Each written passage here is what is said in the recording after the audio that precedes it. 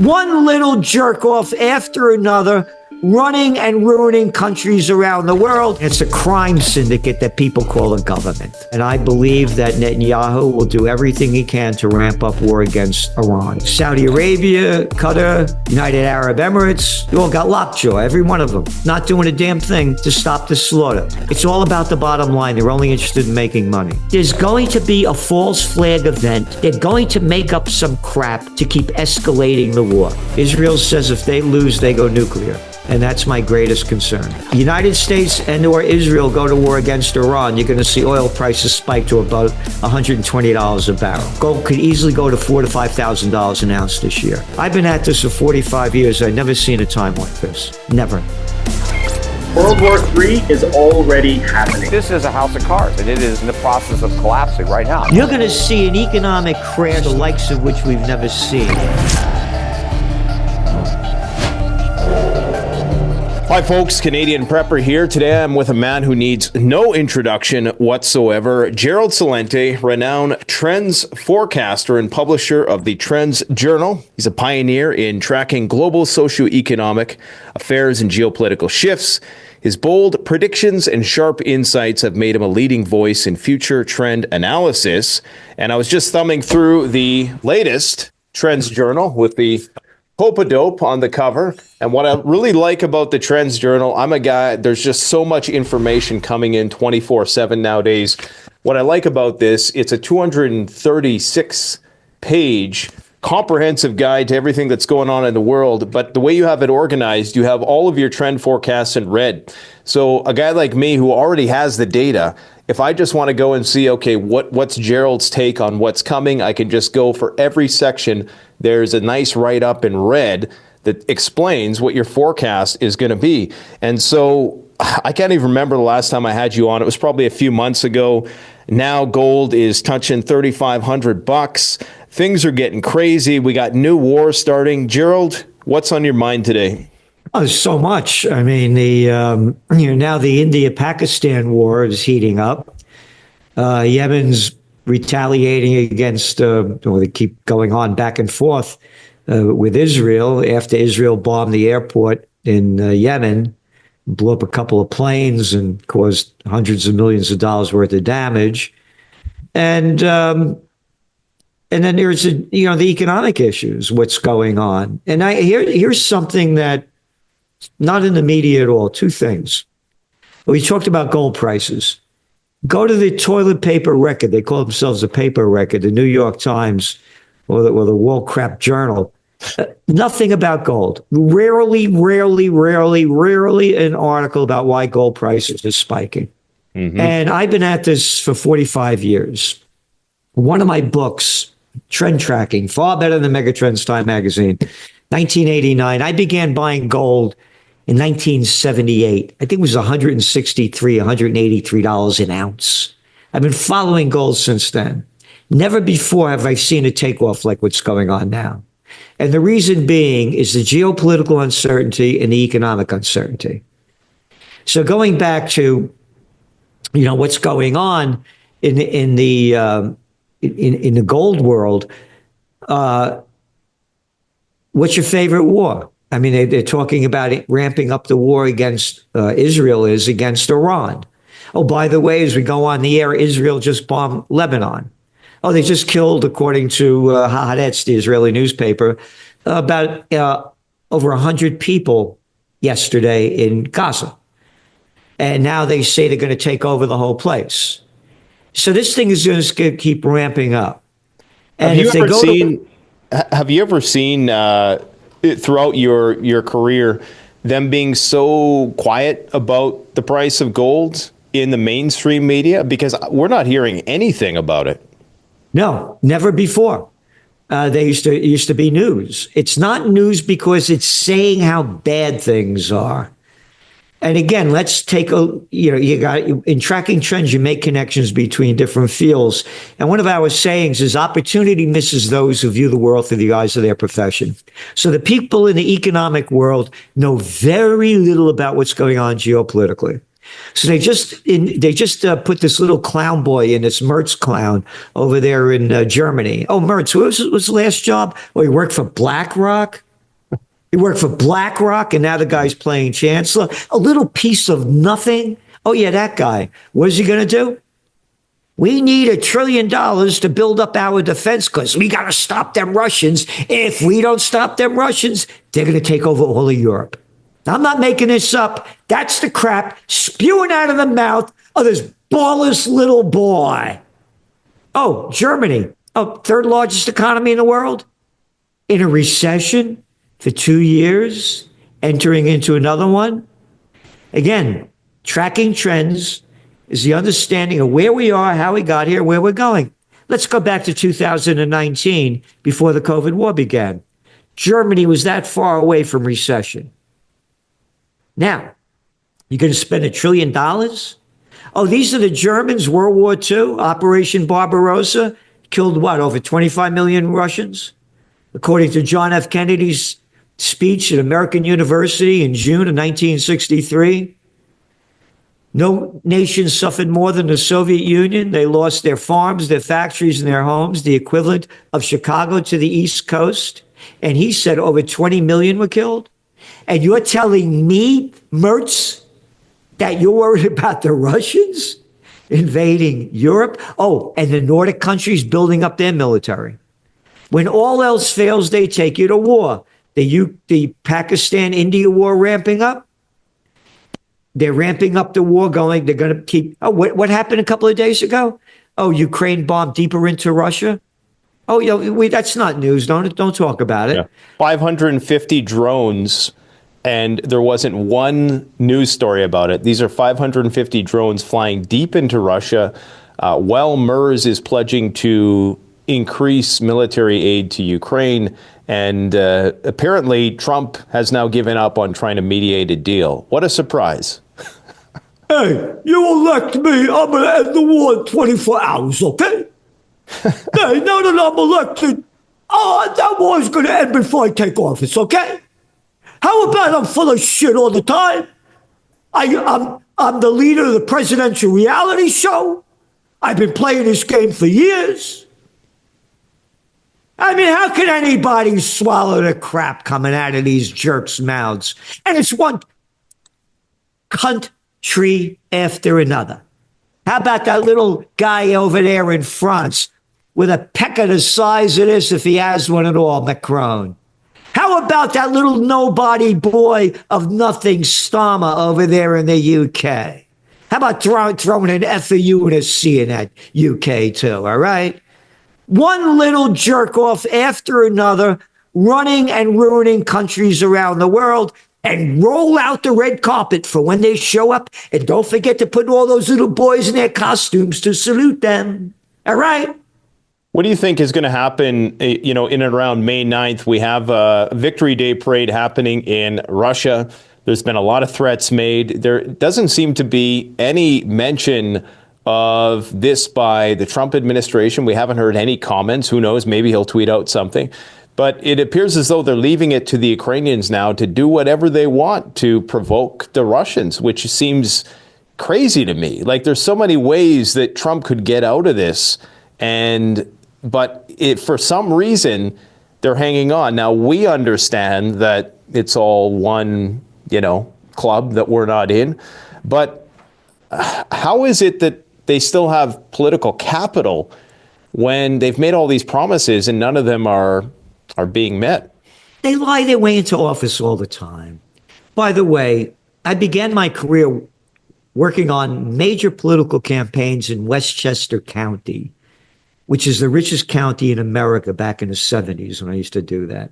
I was the assistant to the secretary of the New York State Senate. I designed and instructed a course, American Politics and Campaign Technology, how to run political campaigns, and I taught it at St. John's University. I got a picture of me when I picked up Ronald Reagan and put on a brunch for 16 of our board of directors back 2 days before he's announcing he's running against Gerald Ford in 76. I've been on the other side. It's a freak show. That's why I quit.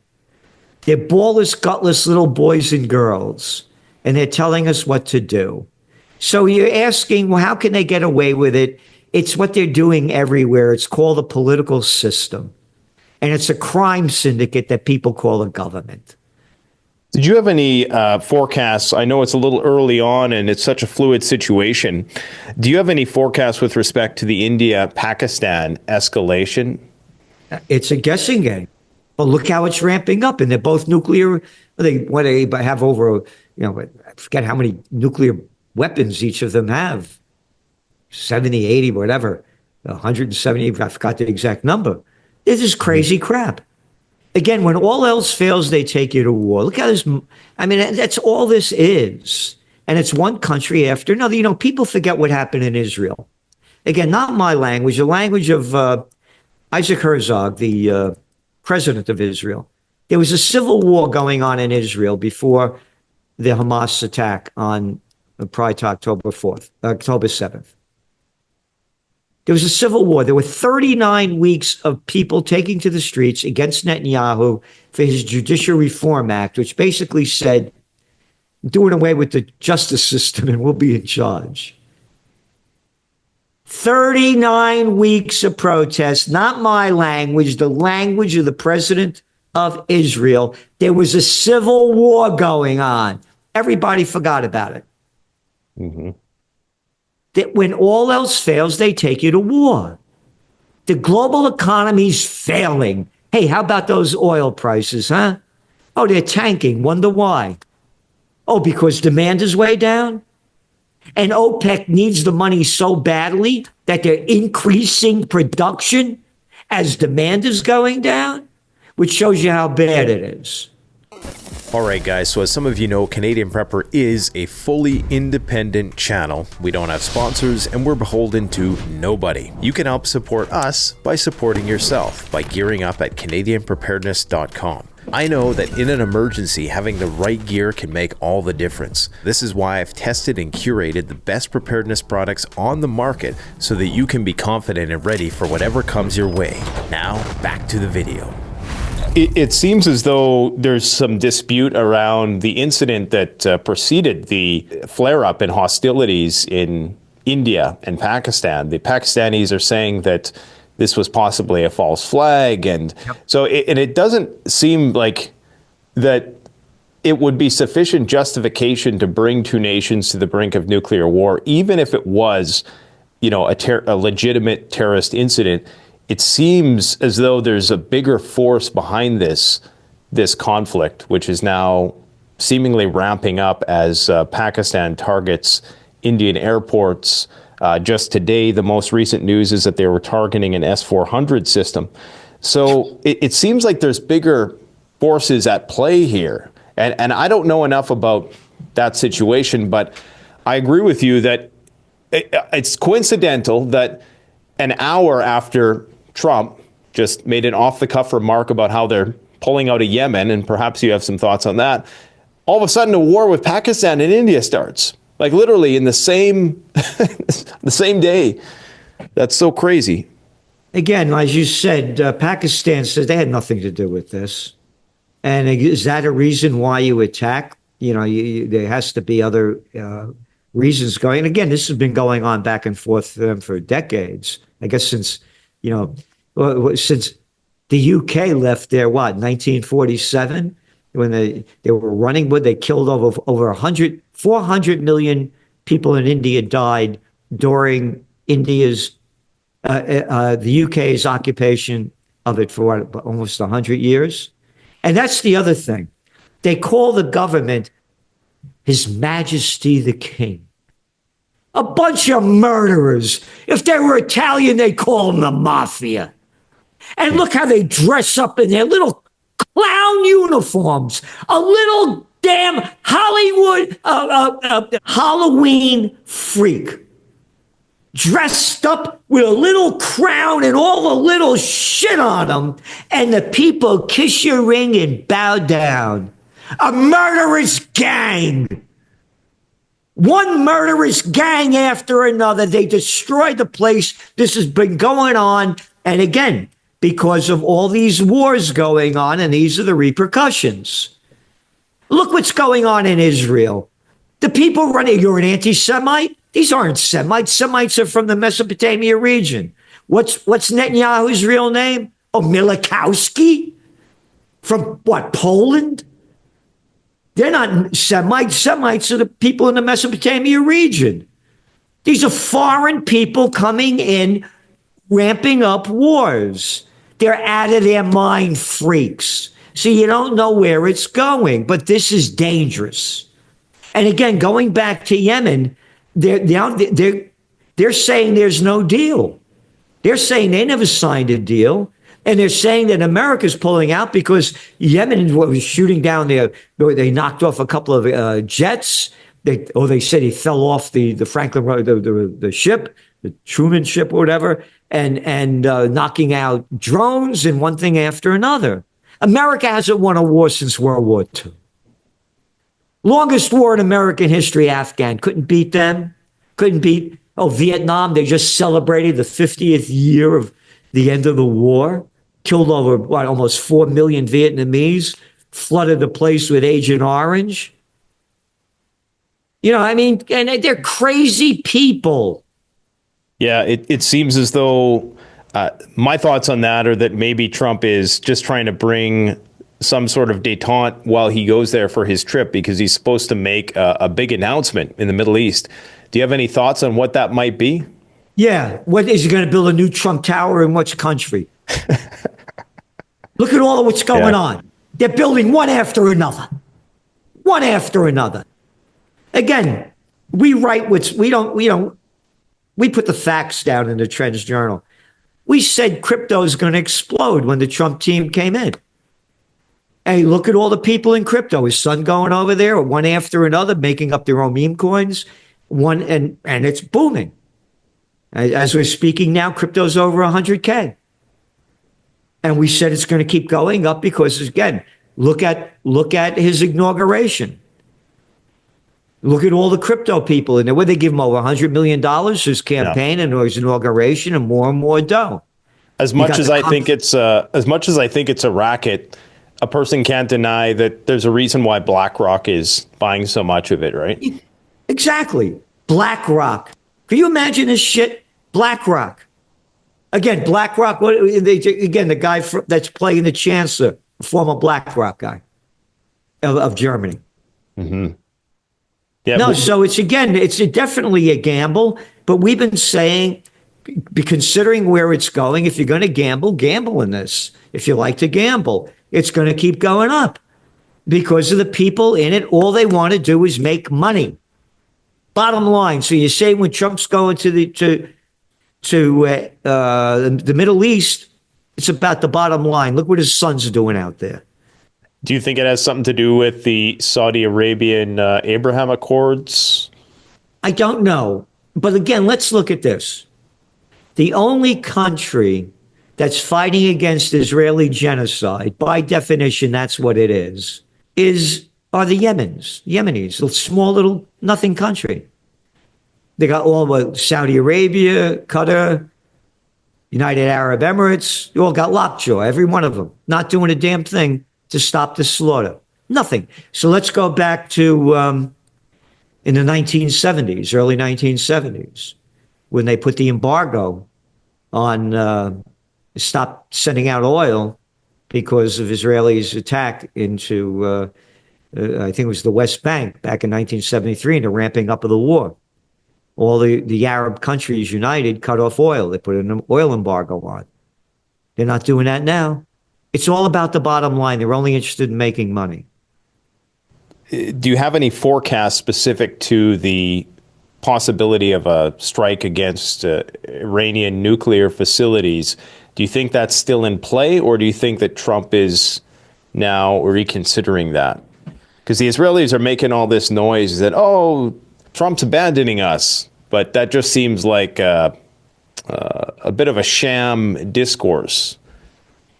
Before I say that, before we're talking about the Ukraine war, I believe if Trump was president when the Ukraine war broke out on February 24th, 2022, it would be over by now. We wouldn't have sent all these hundreds of billions of dollars under Trump. So I want to say that on a positive about him on that. On the Israeli front, it's again, considering the hundreds of millions of dollars he's gotten just from the Yadelson family, is pulling the embassy out of Tel Aviv when he was president and putting it in Jerusalem, telling Israel that land you stole over there in the from Syria in the Golan Heights, it's yours. And considering the Zionist team that he has, I think he'll be supporting Israel. And I believe that Netanyahu will do everything he can to ramp up war against Iran. There may be a false flag event that happens that they'll blame on Iran. And I think he'll ramp it up. But here's the bottom line. Iran is very advanced militarily, scientifically, and technologically. These are the Persians. There are 91 million of them. How many Jewish people live in Israel? What, about 7, 8 million? 91 million against 8 million? Very advanced. You don't have to be good at figuring this out. There's a thing called the Samson option. SAMSON. Anybody look it up? Israel says if they lose, they go nuclear. And that's my greatest concern. Netanyahu is a murderous freak that will do anything to stay out of jail, as he's been proving, and not to be brought up on the charges that he's been accused of. And again, when all else fails, they take you to war. Now, I'm going to make this, just to make this clear. Google up Franklin Roosevelt seizes all Japanese assets in America. July 26, 1941. July, August, September, October, November, December, they bombed Pearl Harbor. So go back to July. You know why he did it? Again, History Today, mainstream media. Those dirty Japanese invaded French Indochina. And they're going to pay the price. Wait a minute, French Indochina? What the hell are the French doing in Vietnam, Cambodia, and Laos? And you're calling it French Indochina? We're stealing their rubber, their tin, rape, pillaging. We're the French. Algeria, we're in Morocco. We could do anything we want. We're killing people all over the world. I forgot. Okay. The United Kingdom and the Dutch East India. Oh, Dutch. What's the Dutch doing in Indonesia? Oh, we're robbing, pillaging, and stealing. The three cut off 3/4 of Japanese trade. 3/4 of Japanese export trade they destroyed and stopped 88% of the oil from going into Japan. You can't understand, they only import 100%. Can't understand why they bombed Pearl Harbor. All right? I didn't know this until 3 years ago. I did not know this. They don't teach you this. So going back, there's going to be a false flag event. They're going to make up some crap to keep escalating the war. And the people buy it. The longest war in American history. Cost us trillions of dollars, killed hundreds of thousands of Afghans for nothing. Yeah, so that's my concern.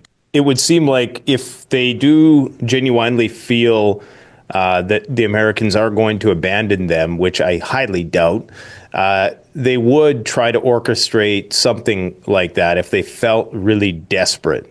Yep. And I think it's only a matter of time. And I think we're at a point now where they really do just need one trigger event, because they've set it all up. They continuously are moving more assets into the region. In the last couple of days, I think they've moved 4 more B-52s all throughout this time, when apparently, they've had this rapprochement with the Yemenis or the Houthis, which really doesn't make sense because, I mean, correct me if I'm wrong, but usually when you stop a military campaign, you have some kind of like dedicated presidential address, like something formal. And this was just an off-the-cuff remark he made as if it wasn't even a big deal. Oh, yeah, by the way, we're going to stop bombing the Houthis, which to me seems quite suspicious that they're probably just doing this as a temporary measure because they know Trump is going there. And then as soon as that has elapsed, it's game on once again. What we do as trend forecasters, we talk about the Israel war, for example. We subscribe to Haaretz, the Israeli newspaper, but we also go to Jerusalem Post, Times of Israel. Yeah. We also go to IRNA, ISNA, Press TV, Tehran Times. I want to hear what the Iranians say. We go to Arab News. We go to Al Jazeera. We go to Middle East Monitor, Middle East Eye. We want to hear what the Arabs have to say. We go to France 24. We go to Euronews. We want to hear what everybody has to say. So you're talking about Yemen. So let's just see what Tehran Times came out with and the article they wrote about Yemen, quoting the Yemenis. No deal at all. They said they're not going to stop. That's according to them, not reported in any of the Western media. They're going to keep. Now let's go back to the Yemen war. Who started it? Oh, the Nobel Peace of Crap Prize winner, Barack Obama, when Saudi Arabia invaded it back in 2014. And who did we send over there? That little boy of nothing that used to be our Secretary of State, that was Undersecretary of State, Anthony Blinken. Remember that little nothing of a clown?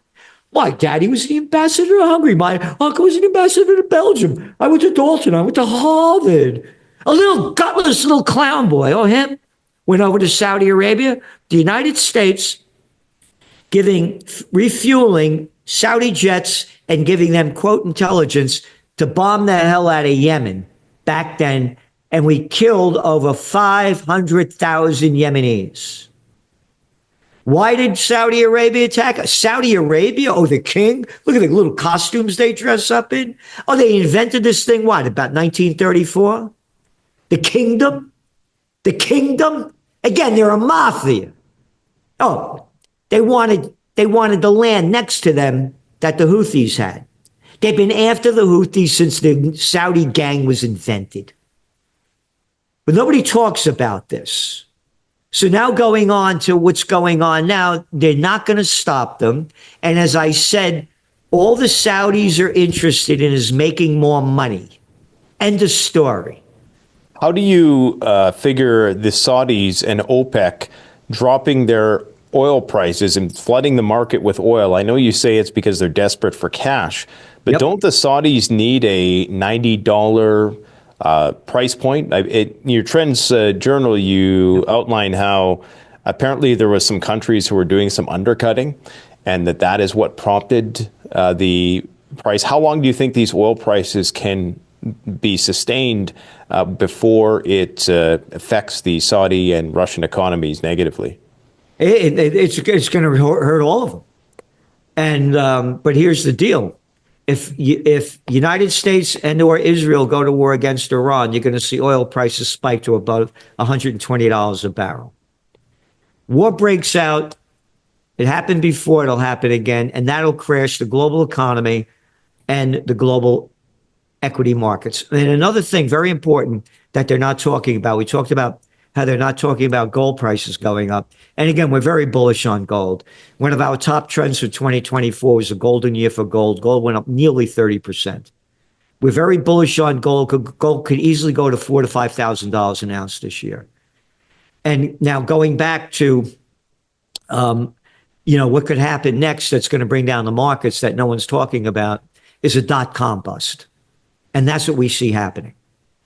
And by the way, remind me if I forget about this, the dot-com bust, the Federal Reserve, so they just met and they said they're not lowering interest rates. The economy goes down, interest rates go down. As interest rates go down, the dollar gets weaker. The weaker the dollar gets, gold is dollar-based, the higher gold prices go because it's cheaper to buy gold when the dollar goes down. Trump did it before, he'll do it again. He did it before back in 2018 when he was president. We had the worst Dow industrial average since the Great Depression. He forced Powell to lower interest rates, and he did. He did in January 2019. Now, going back to the dot-com bust. Again, it's one big club, as you said. We ain't in it, as George Carlin used to say. So Powell will do what he's told. There's going to be a dot-com bust. Trends are born, they grow, they mature, they reach old age, and then they die. AI is just a baby. Been born in 2022, 3 years old. You don't invest all your dough in the first AI companies, and that's what they did. Now, again, tracking trends, you make connections between different fields. Let's go back to 2000.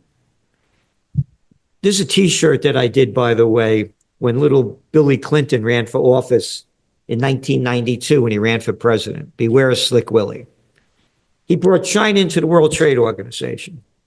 In 2000, 10% of Chinese 18-year-olds went to college. Today, nearly 70%. Their young people are AI high-tech addicted. The Chinese are very intelligent people. You got all of them going to college, these kids going to college now. Their AI world, they're going to advance in AI. America has 347 people, and we're dumbing down in front of everybody's eyes. You saw what happened with DeepSeek and what it did to NVIDIA stocks and other, quote, magnificent seven. This is just the beginning. This is just the beginning. China is going to do everything they can to advance in AI. Love it, hate it, not the issue. AI is the future. It's going to crash the .com market, and that's going to crash the economy. And again, when the economy goes down, equity markets go down, Trump will push pressure on Powell, as he did before, to lower interest rates. The lower interest rates go, the deeper the dollar falls. And again, China's Xi just came to Russia for their celebration of the day Victory Day parade. Yep. Victory Day parade. What do they say? They're doing all their trade outside of dollars. Mm-hmm. BRICS. The world has had enough of the United States geopolitical and economic hegemony. The death of the dollar is before us. When the dollar dies, gold prices skyrocket. But Gerald, today, did you hear the news? Trump said that it's a good time to go out and buy stocks now. You better buy stocks now, he says. Yeah, so he'll juice the market up like he did the last time, and his inside gang knows when it's doing it, just like they did in their showing with the meme coins that came out about how before they even came out, small group made tens of millions of dollars on it overnight. So yeah, stocks might go up for a short time, but again, we see a .com bust coming. We called it in 1999, the .com bust. We said it would bust by the second quarter of 2000, and it did. And we're saying it's going to bust this year, the .com bust. They're way overvalued, and they're not going to be leading the charge. Again, DeepSeek is now used the most of any of the AI in the world. The facts are there. Mm-hmm. So you think that this is primarily going to be an AI bust, or is it going to be a broader economic downturn? Because it's not only AI stocks that are overvalued, it's everything, right? I mean, I just got word today that the U.S. Treasury is now going to need to borrow $515 billion, an increase of more than 300% from previous estimates. But don't worry about it. We're going to go into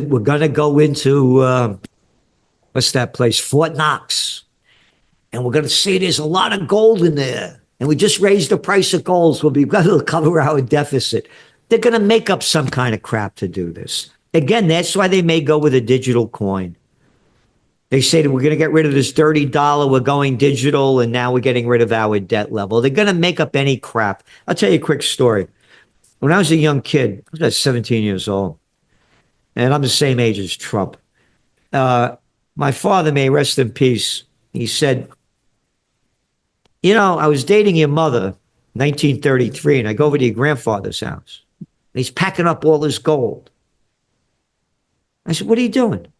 He said, your grandfather said the president wants out to return the gold to the country, and I'm a good American citizen, and I'm going to do that. My father said, what are you out of your mind? Don't do that. He said, your grandfather started cursing at me in Italian, packed up all the gold and turned it in. 1933. Franklin Roosevelt forced the people to turn in their gold.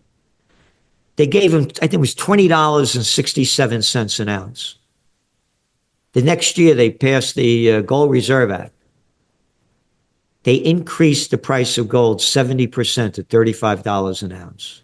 They screwed the people out of their gold and then raised the price. I'm mentioning this because Trump could do the same thing with gold. He's going to say, they're saying that we're going to go into Fort Knox to find. They know what's in there. That's a game show. Sure. They know what's there. So they may do something like that. increase the price of gold 70% and say our debt level is covered because we're rich in gold? I don't know, but that's the kind of any game to play. Again, I would have thought the markets would have crashed in 2012. Again, facts are there. I call the dot-com bust. It took out the domain name, the panic of 08 in 2007. I was wrong. You know why? They didn't teach me about zero interest rate policy or a thing called quantitative easing in Economics 101 at graduate school. They'll make up any crap they want. And when you're looking at the real debt level in the United States, it's more like 220 trillion, not 37 trillion. When you put in Social Security and all the other money being owed out. There's no way in the world they could pay this off. Again, it's the beginning of the death of the dollar. And again, that's why gold prices are going to keep going up. Yeah, and there's also news that China is starting to create a system where they amass more gold and they store it around the world to back up the yuan. It's not going to be a direct one-to-one gold-backed currency, but it appears as though that's what's really moving the gold price up. Would you agree with that assessment? Or Absolutely. And again, the Chinese are buying up gold more than anybody in the world because they know how bad their economy is. Here's what happened. Again, I mentioned when before Bill Clinton brought China into the World Trade Organization, go back from 1970 to 2001. Their GDPs like that. They come in, boom, it skyrockets. As the Western nations, so many of the manufacturers from Europe and America and Canada went over there to get cheap labor to make stuff.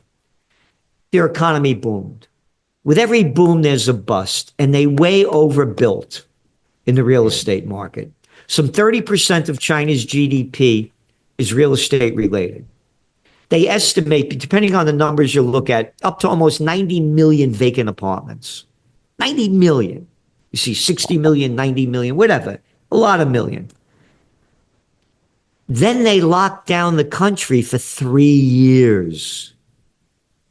Zero COVID policy.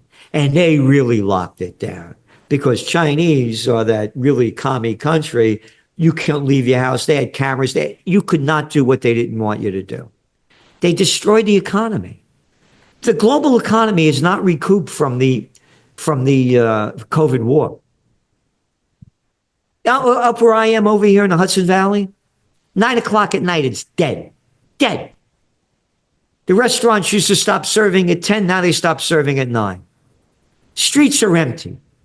Go into New York City, homeless everywhere, shooting up. It's a whole different place. And I'm a city guy, from the Bronx, I know the city ain't the same place. And it's all over. Would you say it's worse than the 70s and 80s, or is it? I tell you, the 70s and 80s, it was, you weren't afraid to go out.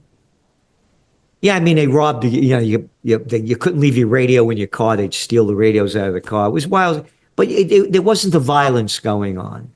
It was a whole different scene, and we're still partying to 3 or 4, 5 o'clock in the morning. Now, every time I get in a cab, I ask the cab drivers, when's it slowing down? 12:30 at night. And older cats aren't out, just younger people going out at night. It's a whole different vibe. Matter of fact, there was an article in the Telegraph today about Kansas City, how people can't go out at night. Everybody's afraid. COVID changed everything, which also brings us to another trend that no one's talking about, and that's the office building bust. You have a 20% vacancy rate. Nobody in 20% of the buildings in the major 10 of the top cities in America. You have between $2 to $3 trillion worth of commercial real estate debt coming up this year and next year. Now, 5 years later, the leases are up from people that used to rent in the offices. They're not taking them anymore. There's going to be an office building bust that's going to bring down a lot of the banks. Go back to 2023. 3 banks went down: Silicon Valley, Signature Bank, and First Republic. 3 banks. Markets crashed, gold prices spiked. 3 banks. Go back the facts. Last year, a building on 50th Street, Midtown Manhattan, that sold for over $300 million in 2006, went up for auction in 2024. You can look it up. They sold it for $8.5 million. Sports Illustrated used to be there, all the big companies, not there. These buildings built in the last 50 years are non-convertible to housing. When do you think that is going to have an impact? Like when does the payment come due, so to speak? I think you're gonna start seeing it by the end of this year, around fall. Mm-hmm. And again, barely anything reported on these buildings that are being sold for nothing. For nothing. The facts are there. I'm not making it up. You could see it. It's one after another. Do you think that if this tariff war with China continues, that there's a possibility of reindustrialization and those commercial properties being filled with American businesses? No, not those kind of buildings. Again, they're empty. Like the one that they vacated. No windows on one side, no windows on the other side, no windows in the back. I'm telling you, the ugly crap buildings they built in the last 50 years are non-convertible. They're not going to be any good for anything. But yes, by the way, I support tariffs to an extent. Once upon a time, there was manufacturing in America. And again, that little slimeball Bill Clinton. NAFTA. Yeah, get the jobs out of here. Get cheap Mexican labor down here. Get the hell out of here. Again, the jobs, yeah, you go to Marshalls, you go to Home Depot, you go to Lowe's, you go to any of them for help wanted. Yeah, we want slave labor. This is better than a plantation system. We don't have to house you, feed you, give you enough money, get the hell out of here and come back tomorrow. Here, look at the jobs being created. We write about this in the magazine.